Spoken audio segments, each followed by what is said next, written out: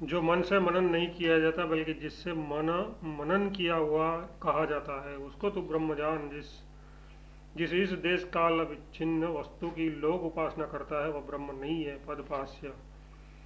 जिसका मन के द्वारा मनन नहीं किया जाता, मन और बुद्धि के एकरूपत्व से और यहाँ मन शब्द से अंतःकरण का ग्रहण किया जाता है, जिसके द्वारा मनन करते हैं उसे मन कहते हैं। वह समस्त इंद्रियों के विषयों में व्यापार होने के कारण संपूर्ण इंद्रियों के लिए समान है। काम, संकल्प, संयम, श्रद्धा, अश्रद्धा, धैर्य, अधैर्य, लज्जा, बुद्धि और भय यह सब मन ही है। इस श्रुति के अनुसार मन कामादि वृत्तियों वाला है। उस मन के द्वारा ये लोग जिस मन के प्रकाशक चैतन्य ज्योति का मनन, संकल्प अथवा निश्चय नहीं कर सकता, क्योंकि मन का प्रकाशक न हो प्रकाशक होने के कारण वह तो उसका नियामक है।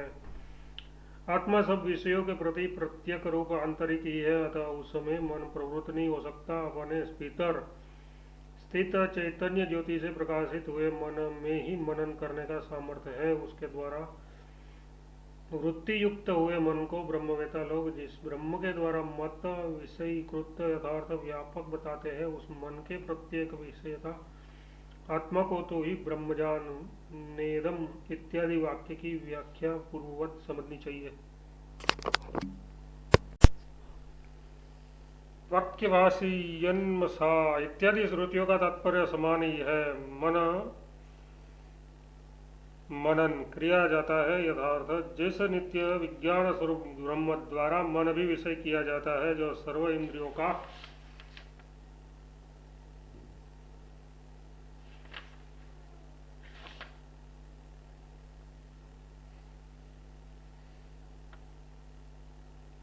इंद्रियों का विषय है और नित्य विज्ञान स्वरूप से अवभाषित होने के कारण जिससे वे सभी इंद्रियां अपने व्यापार और विषयों के सहित अवभाषित होती है, ये इन मंत्रों का तात्पर्य है तथा क्षेत्रज्ञ संपूर्ण क्षेत्र को प्रकाशित करता है। इस श्रुति से और उसी के तेज से ये सब प्रकाशित है। इस और प्रवृत्त किया जाता है वही ब्रह्म है इत्यादि शेष अर्थ सब अर्थ पहले की तरह समान है। यदि प्रथम खंड।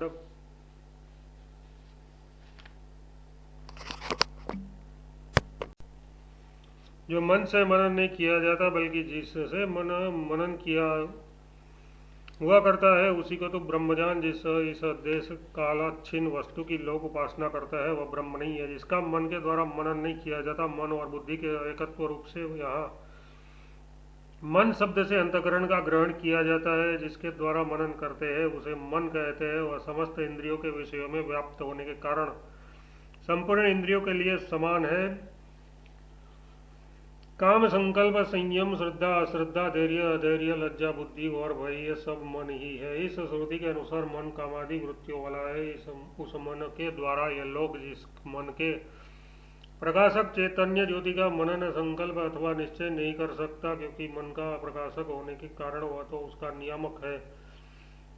आत्मा सब विषयों के प्रति प्रत्यक रूप आंतरिक ही है, अतः उसमें मन प्रवृत्त नहीं हो सकता। अपने भीतर स्थित चैतन्य ज्योति से प्रकाशित हुए मन में ही मनन करने का सामर्थ्य है। उसके द्वारा वृत्ति युक्त हुए मन को ब्रह्मवेता लोग जिस ब्रह्म के द्वारा मत विषयीकृत यथार्थ व्याप्त बतलाते हैं, उस मन के प्रत्येकता आत्मा को तो ही ब्रह्मजान नेदम इत्यादि वाक्य की व्याख्या पूर्ववत समझनी चाहिए। जिसे कोई नेत्र से नहीं देखता बल्कि जिसकी सहायता से नेत्र अपने विषयों को देखते हैं, उसी को तू ब्रह्मजान जिस इस देश कालावच्छिन्न वस्तु की लोग उपासना करता है वह ब्रह्म नहीं है। लोग जिसे अंतकरण की वृत्ति से युक्त नेत्र द्वारा नहीं देखता, यथार्थ विषय नहीं करता, किंतु जिस चेतात्म ज्योति के द्वारा चक्षु अर्थात अंतकरण की वृत्तियों के भेद से विभिन्न हुए नेत्रिय की वृत्तियों को देखता, विषय करता यानी व्याप्त करता है, उसी को तो ब्रह्मजान इत्यादि पूर्ववत समझना चाहिए।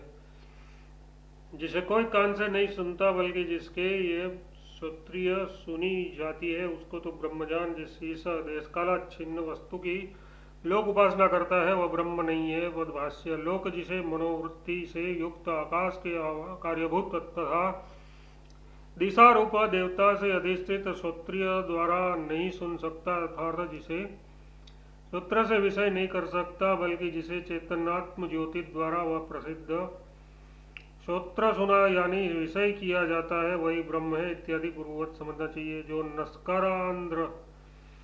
जो नासिकारंध्र प्राण के द्वारा विषय नहीं किया जाता, बल्कि जिससे प्राण अपने विषयों की ओर जाता है, उसी को तो ब्रह्मजान जिसे इस देश कालाच्छिन्न वस्तु की लोक उपासना करता है वह ब्रह्म नहीं है। पदभाष्य। अंतःकरण की ओर प्राण की वृत्तियों के सहित नासिकारंध्र में स्थित एवं पृथ्वी के कार्यभूत प्राण यानी द्राण के द्वारा जो प्राणन यथार्थ गंध युक्त वस्तुओं को विषय नहीं करता, बल्कि जिस चेतात्म ज्योति से प्रकाश्य रूप से प्राण अपने विषयों की ओर प्रवृत्त किया जाता है, वही ब्रह्म है इत्यादि विशेष अर्थ सब अर्थ पहले की समान है इति प्रथम खंड।